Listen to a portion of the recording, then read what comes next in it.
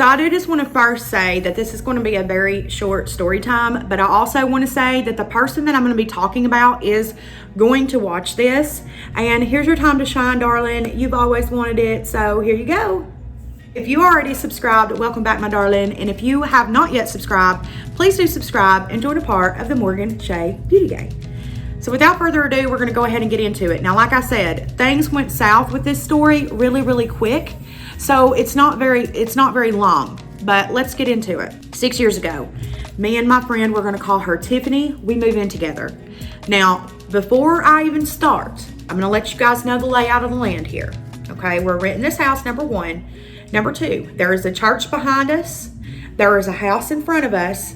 If you go on down the road, down a hill, there's another house where an elderly couple live. And kind of off to the right is this particular house. Okay, it was not like the house was like close enough to where you could piss on it. Okay. And her house was way on back. So it's not like you could stand on our porch and piss on hers. Okay. So we move in. Things get off rough from the beginning. She's like, hi, my name's Squirrel. You know, da-da-da. We introduced, we're like, okay, cool, sweet. 3 days go by and I get a call from Tiffany while I'm at work. And she's like, Morgan, I just want to let you know that Squirrel was sitting on our front porch and our front door was wide open. And she had had some of our lemonade sitting on our front porch when I got home from work today. I'm like, oh, really? Great. So I call Dave, our landlord, and I'm like, hey, Dave, I'm just curious about Squirrel next door because when Tiffany pulled up from work today, Squirrel was on the front porch drinking our lemonade. He's like, yeah, you just have to watch out for her, and if she gets out of control, just call the police. That's what you'll need to do. And I'm like, well, should we have our guards up around her? Like, should we be scared? And he's like, no, don't be scared, you know, but you do need to be firm with her, and if she gets out of place, you need to call the police. I'm like, okay, cool.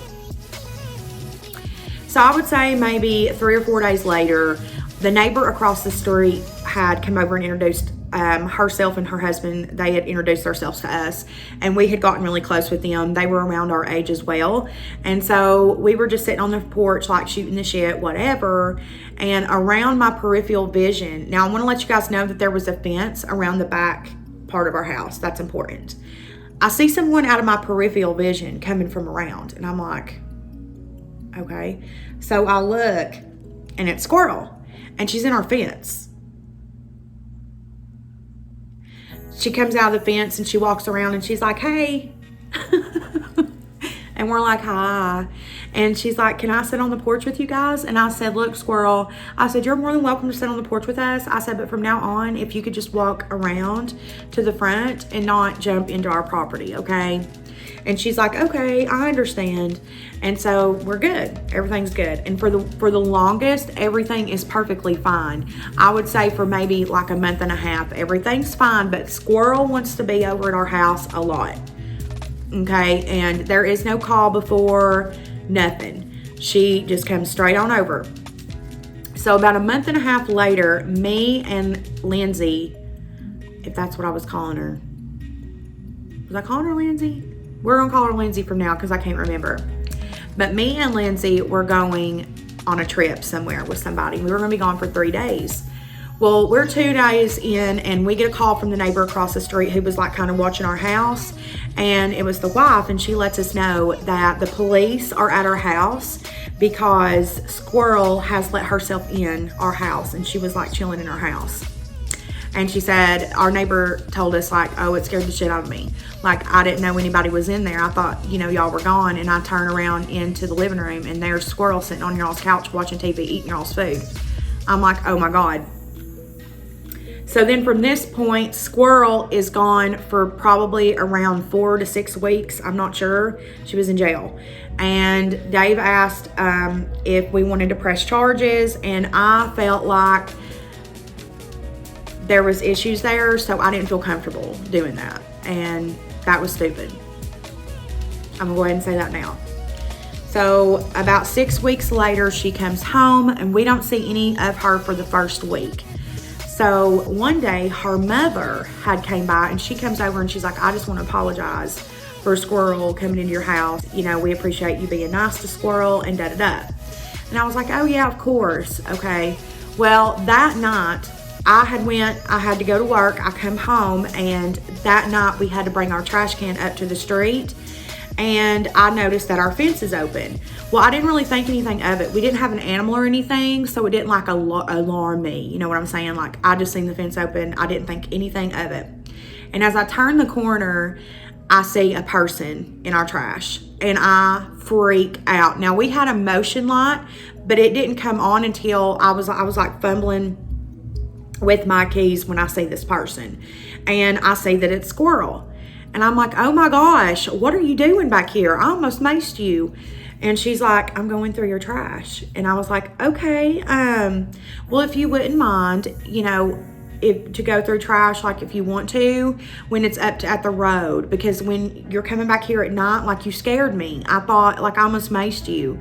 And she was like, okay, I get it. A lot of people like their privacy. I'm like, okay, thank you. And so go about life. Well, the next thing that ends up happening is Lindsay is pulling in home after work one day, and she sees Squirrel in our mailbox. And she calls me at work and calls me, and she's like, girl, I just seen Squirrel in our daggone mailbox. I was like, what? And she was like, yeah. I walked up to her and was like, hey, what are you doing?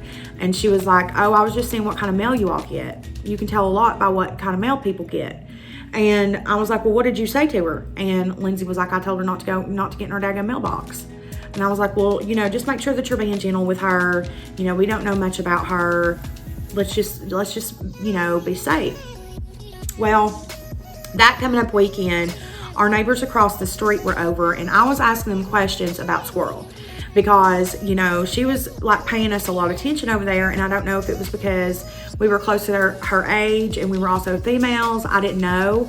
And the neighbors across the street let us know that we are nowhere near her age, that she's actually in her late 30s, almost 40s, and that she does it for attention. And that's what the neighbor said, that she does this for attention, and that's why her parents have moved her into this house by herself, because they just can't handle it anymore. And I'm like, well, that's not fair if that's the case, because we're paying for this. Like, she was in our trash in the dark. She's going through our mail. She's also now been in our living room. Like, this is getting out of hand. And the neighbors was like, it may get worse, just letting you guys know that it could get worse.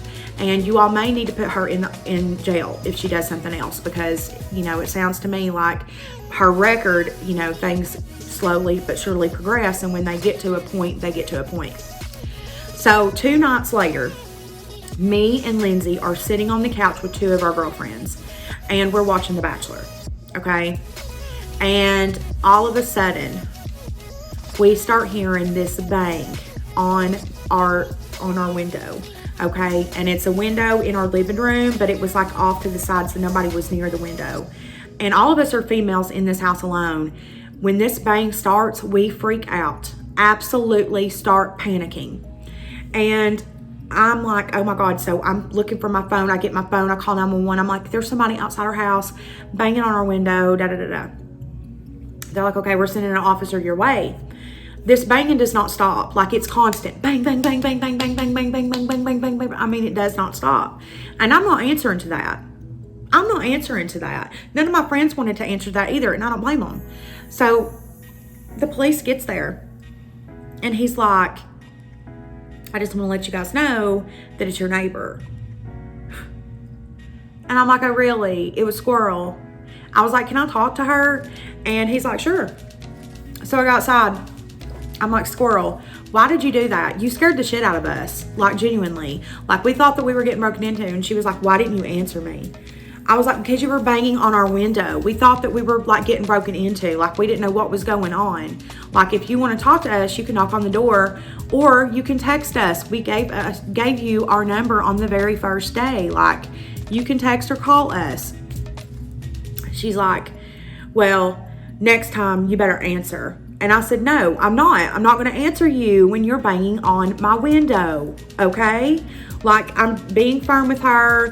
Like, you know, her mother has asked us to. Like, the neighbors say that they do.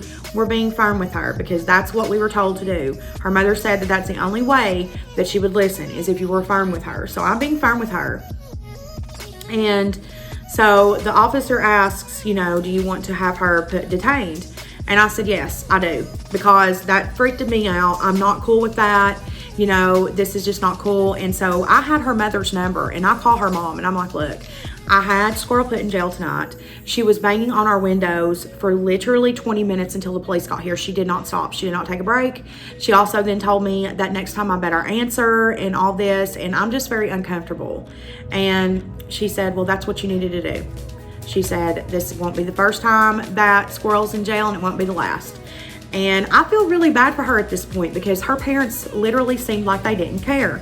So this gets me in my heartstrings, okay? And I'm like, all right, I put this girl in jail, and her parents don't even care. They've literally put her over here to not have to worry about her. And I'm talking to the neighbors about this a couple days later, and I'm like, look, I'm having a lot of guilt about this, because I feel like this girl's been dumped over here in this house, and she really has issues. And we'll call the wife neighbor over there, we'll call her Stephanie. Stephanie's like, girl, no, you do not understand at all. They take complete care of her. Everything that she wants is taken care of. Everything is taken care of completely. She went to college and dropped out, and like, she just does this for attention. Like, she just does it. They don't understand why. I'm like, okay, well, I still feel really bad. Well, she ends up getting out of jail, okay? And the final straw that happens, this gives me serious 1000% chills, okay? Me and Lindsay are in bed. And you know that feeling when somebody is watching you, okay? Like you're being watched. Now, this particular night, me and Lindsay crashed in the same bed. It was also a bachelor night, so we had been watching The Bachelor, and we fell asleep in my bed. Thank God, because had I been in the bed by myself at this point, I would have panicked. So I feel this feeling like I'm being watched. And I'm used to this, as you guys know from my paranormal story times. I think it's paranormal. And all of a sudden, I hear Lindsay wail. She's like, ah! I'm like, oh my God.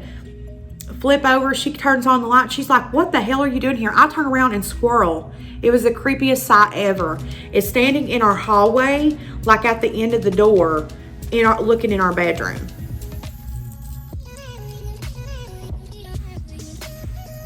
I'll give y'all a second to take that in.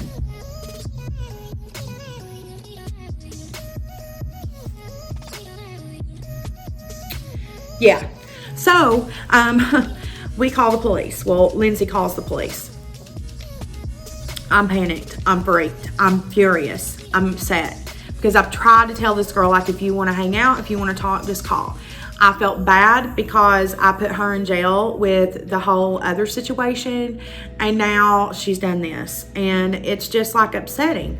And she is like, I just want to live here with you guys, and you all are not letting me. And I said, no, we're not letting you, because you are not going to live here with us. This is our home. That is your home, and you need to respect our privacy. They end up taking her to, I believe, some sort of hospital after this point, and we ended up moving. We ended up moving houses because it freaked us out so badly. Like, I could not sleep in there anymore. And I knew eventually she was going to come home. We ended up moving. Well, to this day, me and Lindsay, both of us, she follows us on every social media. Doesn't matter how many times we delete her, she will continue to follow us. She bombards us with messages. And as soon as she starts bombarding with messages, I report the page, but it's just a constant battle. And I have been alerted that she is subscribed to this channel. So yeah, I know she'll watch this. What's up? I hope you're okay. I really do. And I wish you the best. But anyways, yeah, guys, that is the story of my neighbor from Absolute, the Pits of Hell. And I have a couple more story times about neighbors. So if you do like this video, please do give it a thumbs up so I know to tell the other stories. And yeah, you guys, I love you all so much. And until the next time, bye, guys.